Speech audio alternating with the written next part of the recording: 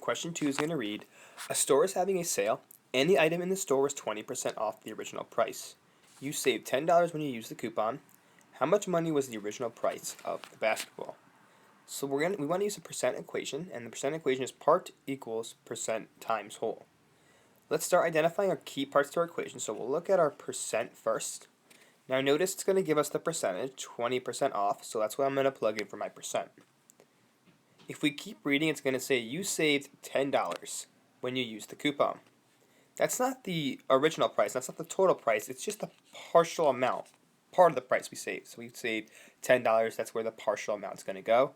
And then we're trying to find out how much the original price, the total, the whole price of this basketball was. So we have each part identified, and now we're going to solve. So we know we saved $10.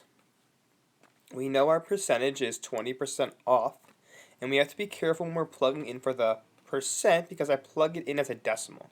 So it's 20%, but I use a decimal 0.2 when I'm using my percent equation.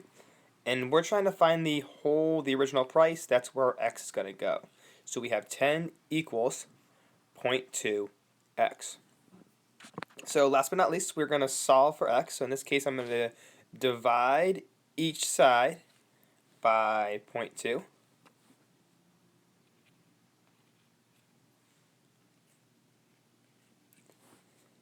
$10 divided by 0.2.